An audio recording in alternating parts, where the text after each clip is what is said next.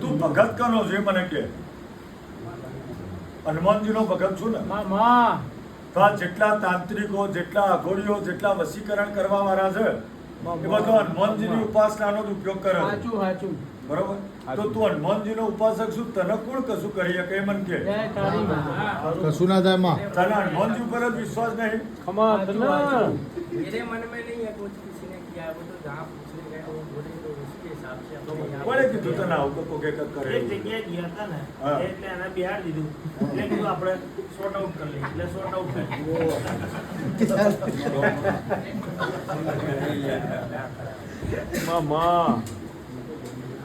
અનુભવ કરવો હોય તો કરી લો. 100 જગ્યાએ જવાનું. કેટલી જગ્યાએ? 100 જગ્યાએ. બરોબર? બસ. મને કોઈ તકલીફ નહીં ને. અને તકલીફ હશે એ એના પોતાના આત્માને ખબર છે કે હાથે કરી ભોગવેલી. બીજી કોઈ તકલીફ નહીં ને.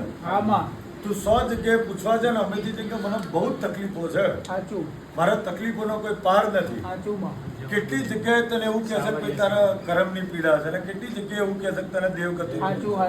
એનો રિપોર્ટ લઈને તું મારા જોડે આવ. 9 આંકડા ઉપર આ વધારવાનું મારું છે. હોય 95, 96, 97 હિંમત કે જુઓ ભાઈ તમને આનડ છે. કોક જ એવો હરીનો લાલ છે મારા જેવો. સતવારી વાત હોય એમ કે છે કે તને કોઈ નડતું નહીં.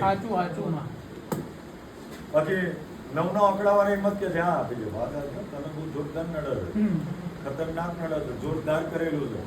અને અમુક કેટેગરી વાળા તેવા છે કે એટલા સુધી કહી દે છે કે ભૂખ મારેલું છે. અને વહેલી તકે રસ્તો કરાવે ને તો 12 મહિનામાં કોઈ ઊંધું થાય એવું છે. અને એક સમયગાળામાં કોઈ બીમારી આવી એટલે આપણે તો ઉલટું પકડી ગયા કે આ આવી ગયો આ મૂઠ આવી ગયા છે.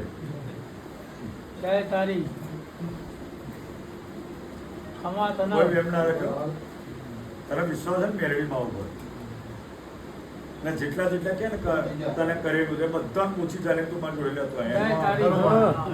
હા, પ્રમાણ જોવા, રિઝલ્ટ જોવા તો બતાવો. રિઝલ્ટ કહેવાય. અને ના